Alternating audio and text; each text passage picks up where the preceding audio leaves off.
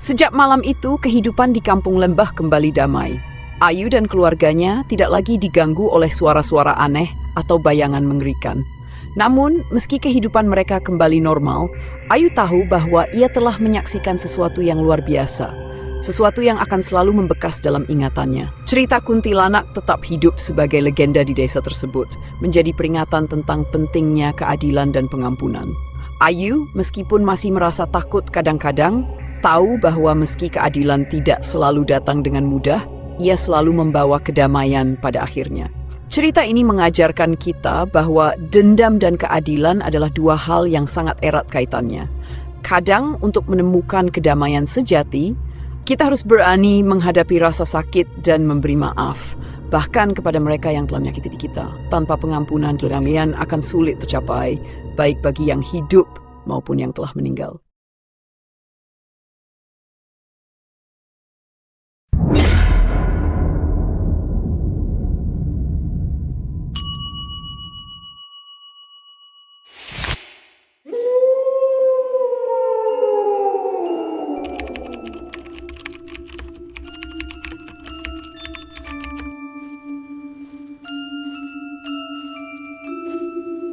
Pak Bandi adalah seorang tukang rongsok yang tinggal di pinggir kota. Kehidupannya sederhana, namun penuh perjuangan. Setiap hari ia mengayuh gerobak tua berkeliling, mengumpulkan barang-barang bekas untuk dijual. Meski sering dipandang rendah, Pak Bandi adalah pria yang jujur dan bekerja keras. Namun nasib seringkali mempermainkannya, terutama saat berurusan dengan orang-orang kaya yang memandangnya sebelah mata. Suatu hari Pak Bandi sedang mencari barang bekas di sebuah perumahan elit. Di sana ia bertemu dengan Pak Joko, seorang pengusaha kaya yang terkenal sombong. Pak Joko sedang membersihkan gudangnya dan ingin membuang beberapa barang tua. Ketika Pak Bandi menawarkan untuk mengambil barang-barang tersebut, Pak Joko dengan nada merendahkan berkata, "Ambil saja kalau kamu sanggup membawanya. Tapi hati-hati, barang itu mungkin terlalu berat untuk orang sepertimu." Pak Bandi tersenyum tipis menahan rasa malu. Ia melihat barang-barang itu, lemari tua, beberapa kotak kayu, dan sebuah peti besi yang terkunci rapat. Dengan susah payah, ia memuat semua barang itu ke dalam gerobaknya. Pak Joko, yang berdiri di teras rumahnya, tertawa sinis. "Semoga saja kamu tidak menyesal mengambil barang itu," ujar Pak Joko dengan nada mencemooh. Saat tiba di rumah, Pak Bandi mulai memeriksa barang-barang yang ia dapatkan. Lemari tua itu lapuk dan tak bernilai. Kotak kayu hanya berisi barang-barang rusak, tetapi peti besi menarik perhatiannya. Meski terlihat biasa, peti itu terasa berat dan mengeluarkan hawa dingin yang aneh. Pak Bandi mencoba membuka peti itu, tetapi kuncinya hilang. Merasa penasaran, ia memutuskan untuk menggunakan linggis untuk membukanya. Begitu peti itu terbuka, angin dingin yang tidak wajar berembus keluar. Di dalamnya terdapat tumpukan uang tua dan perhiasan emas yang terlihat antik, serta sebuah cermin kecil dengan bingkai kayu hitam yang tampak menyeramkan. Pak Bandi yang awalnya terkejut mulai merasa bahagia.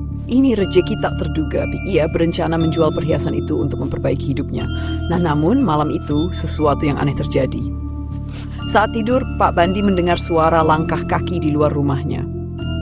Ia bangun dan mengintip melalui jendela, tetapi tidak ada siapa-siapa. Namun, suara itu semakin keras, seakan-akan seseorang berjalan di sekitar rumahnya. Ketika ia menoleh ke arah peti besi, ia melihat cermin kecil itu memantulkan bayangan seorang pria tua dengan wajah penuh luka. Pak Bandi merasa merinding. Ia mencoba mengabaikan hal itu, tetapi saat memejamkan mata, ia mendengar bisikan, "Itu bukan milikmu." Pak Bandi pergi ke pasar untuk menjual sebagian perhiasan dari peti itu. Ia berhasil mendapatkan uang yang cukup besar. Namun setiap kali ia mendapatkan uang, hal-hal aneh mulai terjadi. Barang-barang di rumahnya sering berpindah tempat, bayangan gelap muncul di sudut-sudut ruangan, dan suara tangisan terdengar setiap malam. Pak Bandi akhirnya memutuskan untuk mencari tahu asal-usul peti tersebut. Ia pergi ke seorang dukun tua di desanya. Dukun itu langsung berubah pucat begitu melihat cermin dari peti tersebut. "Ini adalah barang terkutuk," kata dukun itu. "Peti ini milik seorang lelaki kaya yang serakah. Ia meninggal karena mengutuk orang-orang yang mencoba mengambil hartanya. Kutukan itu kini ada padamu." Pak Bandi merasa panik. "Apa yang harus saya lakukan?" tanyanya.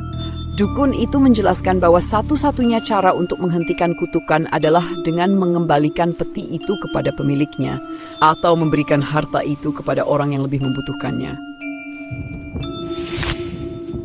Pak Bandi memutuskan untuk mengembalikan peti itu kepada Pak Joko. Ia mendatangi rumah besar itu dan mengetuk pintu. Namun saat pintu dibuka, ia melihat wajah Pak Joko yang pucat pasi. "Kenapa kamu kembali?" tanya Pak Joko dengan nada takut. Pak Bandi menjelaskan apa yang terjadi. Pak Joko pun akhirnya mengaku bahwa ia sengaja memberikan peti itu kepada Pak Bandi untuk mengalihkan kutukan. "Aku menemukan peti itu di rumah tua milik mendiang kakekku. Sejak itu, keluargaku selalu dirundung malapetaka. Aku pikir jika aku memberikannya padamu, kutukannya akan hilang dariku." Pak Bandi marah, tetapi ia tidak punya pilihan lain. Ia memutuskan untuk membawa peti itu jauh ke dalam hutan dan menguburnya. Sebelum mengubur peti itu, ia menyumbangkan sebagian besar uang yang ia dapatkan kepada panti asuhan dan orang-orang miskin di desanya. Setelah mengubur peti itu, gangguan yang dialami Pak Bandi perlahan menghilang. Namun, sesuatu yang aneh terjadi pada Pak Joko. Suatu malam ia ditemukan tewas dengan wajah penuh luka, persis seperti bayangan di cermin. Pak Bandi meski merasa ngeri tetap melanjutkan hidupnya. Rezeki yang ia dapat ia gunakan untuk membuka usaha kecil, membantu keluarganya, dan membantu sesama. Namun ia selalu ingat satu hal, harta yang datang dengan cara tidak benar tak pernah membawa kebaikan. Sejak itu, nama Pak Bandi dikenal sebagai orang baik di desanya. Tetapi kisah tentang peti besi terkutuk itu menjadi legenda menyeramkan yang terus diceritakan dari generasi ke generasi.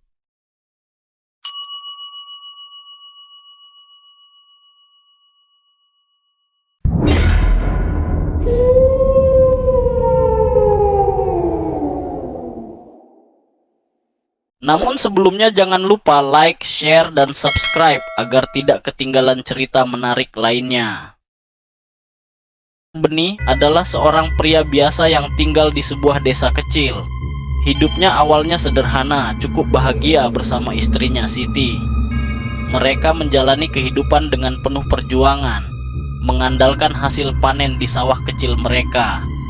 Namun bagi Beni, kehidupan yang sederhana ini tak pernah cukup. Ia memimpikan kekayaan, rumah besar, dan kemewahan yang sering ia lihat di televisi. Semuanya dimulai ketika seorang teman lamanya, Anton, memperkenalkan Beni pada judi.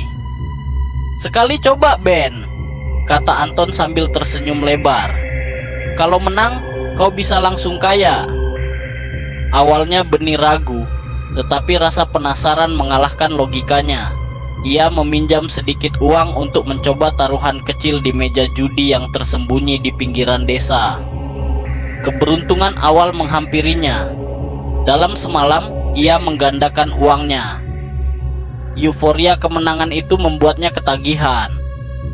Siti, yang awalnya tak mengetahui apa yang dilakukan suaminya, mulai curiga saat Beni sering pulang larut malam. "Beni, kau kenapa sering pulang larut belakangan ini?" "Ada apa?" tanya Siti suatu malam. Beni hanya tertawa kecil dan mengelak. "Hanya kumpul dengan teman-teman, jangan khawatir." Namun, kebiasaan itu terus berlanjut. Kemenangan demi kemenangan membuat Beni merasa tak terkalahkan.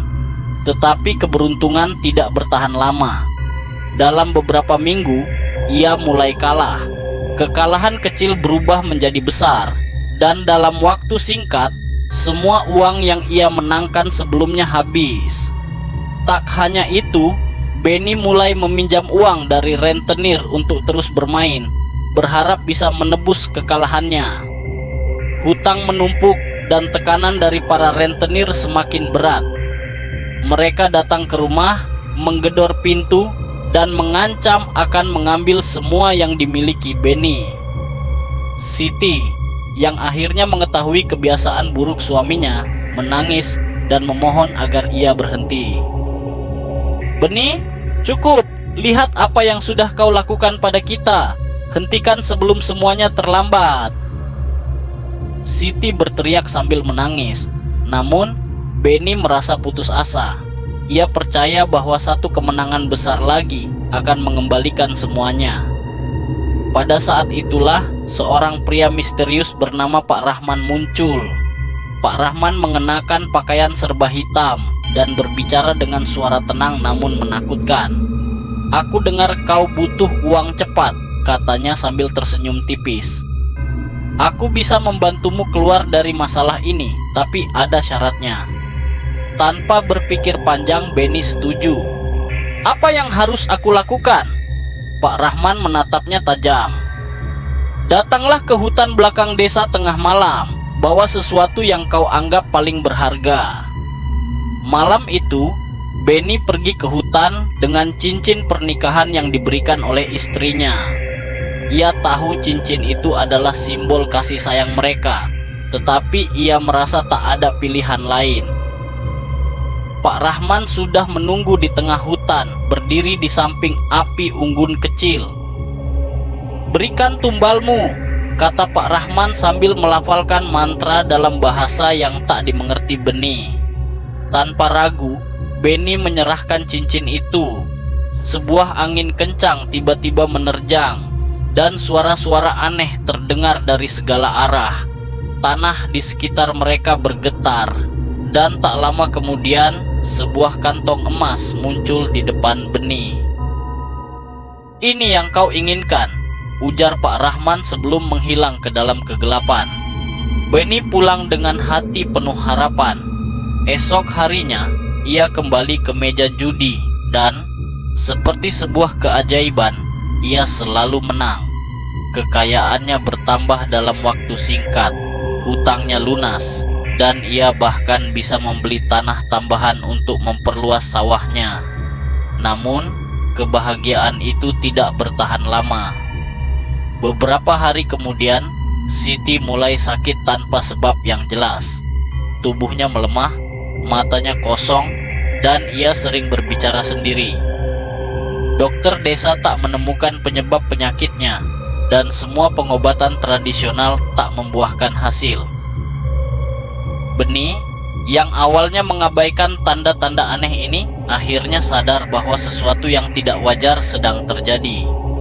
Dalam kepanikannya, ia kembali ke hutan mencari Pak Rahman. "Apa yang kau lakukan pada istriku?" teriak Benny dengan marah saat menemukan Pak Rahman berdiri di tengah hutan. Pak Rahman tersenyum dingin. "Setiap tumbal punya harga, Benny.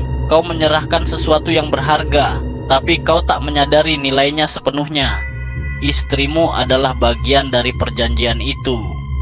Benny jatuh berlutut, memohon agar semuanya dikembalikan seperti semula. "Tolong, aku akan melakukan apa saja. Aku akan memberikan apapun." Namun Pak Rahman hanya tertawa. Kesepakatan telah dibuat, Benny. Tidak ada jalan kembali. Setelah malam itu, hidup Benny menjadi mimpi buruk. Siti meninggal dalam keadaan tragis, dan desas-desus tentang keserakahan Benny menyebar di desa. Tak ada yang mau berbicara dengannya, dan ia hidup dalam kesepian yang mencekam. Harta yang ia kumpulkan pun habis seiring waktu, tetapi rasa bersalah dan penyesalan tidak pernah hilang. Benny akhirnya menghabiskan sisa hidupnya dalam bayang-bayang dosa yang tak terampuni, dihantui oleh keputusan bodohnya.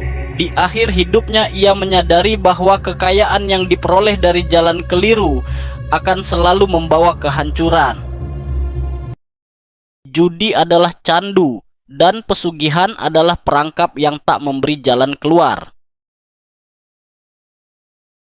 Jika kalian suka cerita seperti ini, jangan lupa like, share, dan subscribe channel Scary Story agar tidak ketinggalan cerita seram berikutnya.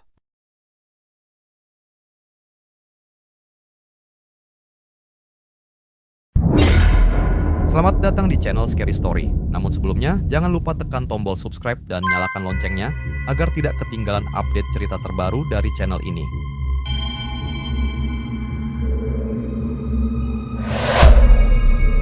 Pembangunan Ibu Kota Negara, IKN, di Kalimantan berlangsung siang dan malam. Para pekerja dari berbagai daerah datang demi mencari nafkah, meski proyek itu berlokasi jauh dari peradaban.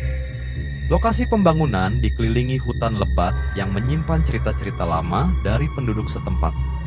Namun, cerita itu dianggap tak lebih dari takhayul oleh para pekerja. Darto, seorang mandor yang sudah puluhan tahun bekerja di proyek besar, menganggap dirinya terbiasa dengan cerita horor seperti itu. Hutan begini memang sering ada cerita aneh, tapi yang penting kita kerja dan doa saja, katanya kepada para pekerja yang mulai gelisah setelah beberapa insiden kecil terjadi. Namun, semuanya berubah pada suatu malam. Saat sebagian besar pekerja sudah tidur di barak, Darto memutuskan untuk mengecek area pembangunan fondasi. Malam itu gelap, hanya diterangi lampu sorot proyek. Saat ia memeriksa, langkah kakinya terhenti karena melihat seseorang berdiri diam di ujung lokasi. Sosok itu adalah seorang pria tua yang mengenakan pakaian tradisional Kalimantan. Tubuhnya kurus, wajahnya penuh keriput, dan matanya kosong menatap Darto. "Pak, ini area kerja. Anda nggak boleh di sini. Bahaya," seru Darto, sedikit kesal. Pria itu tidak menjawab. Ia hanya menunjuk ke arah gundukan tanah di dekat fondasi. Jantung Darto berdegup lebih kencang, tetapi rasa penasarannya lebih besar. Dengan hati-hati ia mendekati gundukan tanah itu. Anehnya, begitu ia berpaling untuk melihat lagi, pria tua itu sudah lenyap. Setelah menggali sedikit tanah, Darto terkejut menemukan sesuatu yang mencengangkan. Sebuah tengkorak manusia. Ia segera melaporkan temuannya kepada kepala proyek, Pak Harto. Namun, Pak Harto hanya tersenyum dingin, seolah temuannya bukan sesuatu yang luar biasa. "Sudah, jangan ribut. Nanti malah bikin pekerja lain takut. Ini cuma tanah biasa, lanjutkan kerja," katanya sambil berlalu. Namun, malam itu menjadi awal dari serangkaian kejadian aneh. Beberapa hari setelah penemuan tengkorak itu, para pekerja mulai mengeluh. Ada yang mendengar suara tangisan di tengah malam, ada pula yang melihat bayangan bergerak di balik pepohonan. Alat berat sering mati mendadak tanpa sebab yang jelas, meski sebelumnya berfungsi dengan baik. Seorang pekerja bernama Amir bahkan mengaku melihat sosok pria tua yang sama dengan deskripsi Darto. "Dia berdiri di dekat fondasi, tapi saat aku dekati, dia hilang begitu saja," kata Amir dengan suara gemetar. Kejadian puncak terjadi saat sebuah kren jatuh tanpa sebab yang jelas melukai seorang pekerja. Insiden itu membuat banyak pekerja ketakutan, bahkan beberapa memilih pulang ke kampung halaman mereka. "Ini bukan lagi soal pekerjaan, ada yang nggak beres di sini," bisik salah satu dari mereka. Menyadari suasana mulai tidak kondusif, Darto mengusulkan untuk memanggil seorang sesepuh dari desa terdekat. Pak Harto yang awalnya menolak akhirnya setuju setelah desakan dari banyak pekerja. Sesepuh itu, seorang pria tua bernama Pak Hasan, datang ke lokasi dengan membawa sejumlah benda tradisional. Setelah berjalan mengelilingi lokasi proyek, Pak Hasan berhenti di dekat gundukan tempat Darto menemukan tengkorak. Wajahnya berubah serius. "Tanah ini bukan tanah biasa," katanya. "Dulu, area ini adalah tempat keramat. Orang-orang dari suku di sini menggunakan tempat ini untuk melakukan ritual leluhur. Tengkorak yang kalian temukan adalah salah satu leluhur mereka. Kalian telah mengusik ketenangan mereka."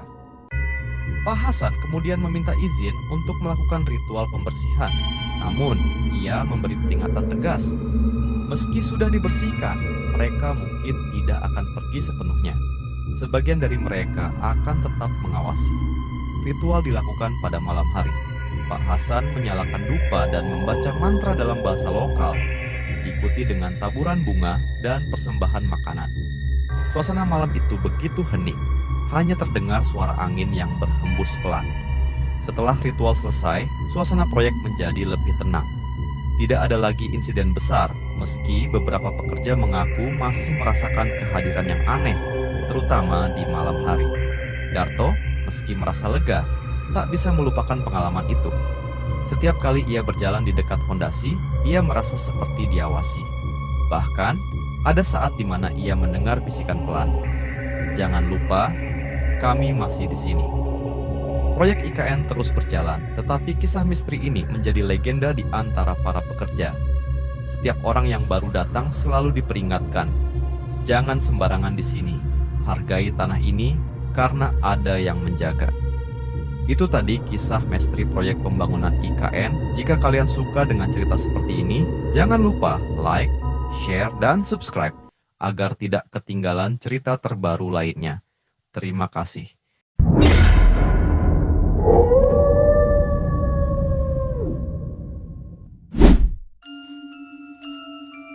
Indonesia tengah memasuki era baru. Pemindahan ibu kota ke Nusantara, IKN, adalah langkah monumental yang menyimpan harapan besar.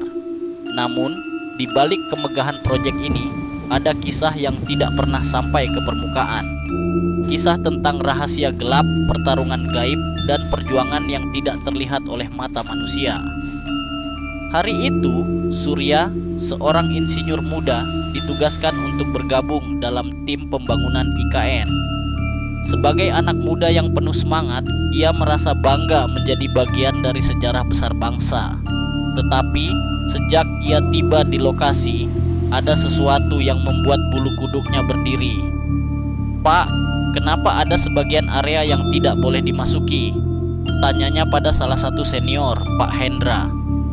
Pak Hendra hanya tersenyum tipis, lalu berbisik, "Jangan bertanya terlalu banyak, fokus saja pada tugasmu. Tempat ini punya penguasa lama yang tidak ingin diganggu." Surya merasa bingung. Penguasa lama? Bukankah ini hanya hutan belantara? Tetapi ia memilih untuk tidak terlalu memikirkannya. Tanda-tanda aneh. Pada minggu pertama pembangunan, hal-hal aneh mulai terjadi. Bulldozer yang digunakan untuk meratakan tanah mendadak mati tanpa alasan. Alat-alat berat seperti kren berputar sendiri di malam hari. Para pekerja melaporkan mendengar suara gamelan dari kejauhan, meskipun tidak ada orang lain di sekitar. Suatu malam, Surya memutuskan untuk menyelidiki sendiri. Ia berjalan ke arah area terlarang yang disebut-sebut sebagai pusat aktivitas mistis.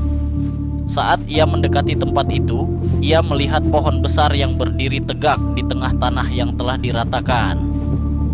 Pohon itu tampak bercahaya samar, seperti diselimuti energi tak kasat mata.